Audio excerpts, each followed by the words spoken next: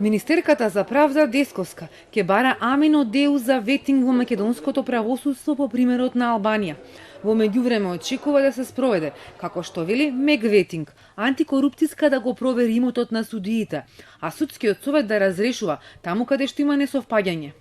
Очекуваме Државната комисија за спречување на корупција да почне сериозна постапка за проверка на анкетните листови на судиите и на тој начин да се искористат постојните законски можности за ветинг на судиите врз основа на нивната имотна состојба. Исто така најавувам дека сериозно ќе разговараме со нашите европски партнери за целосен ветинг во судството и во јавното обвинителство. Со Остартон Десковска им порача на судиите, председателите на судовите и судската администрација дека ги премолчале аферите поради кои судството има најниска доверба, дека не реагирале кога застаруваат кривични дела и криминалот останува неказнет, но и дека не преземале ништо за информациите дека има бизнис делки меѓу судии и обвинители и адвокати. За жал, гласот од редовите на судството го слушаме само кога станува збор за распределба на пари.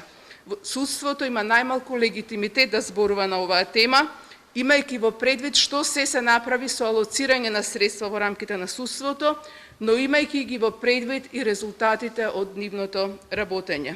Од ВМРО ДПМН се за ветинг, но не само на судиите, туку и на политичарите. Ние сме за ветинг, меѓутоа и ветинг кој што ќе ги опфати и политичарите, а не само одредена структура на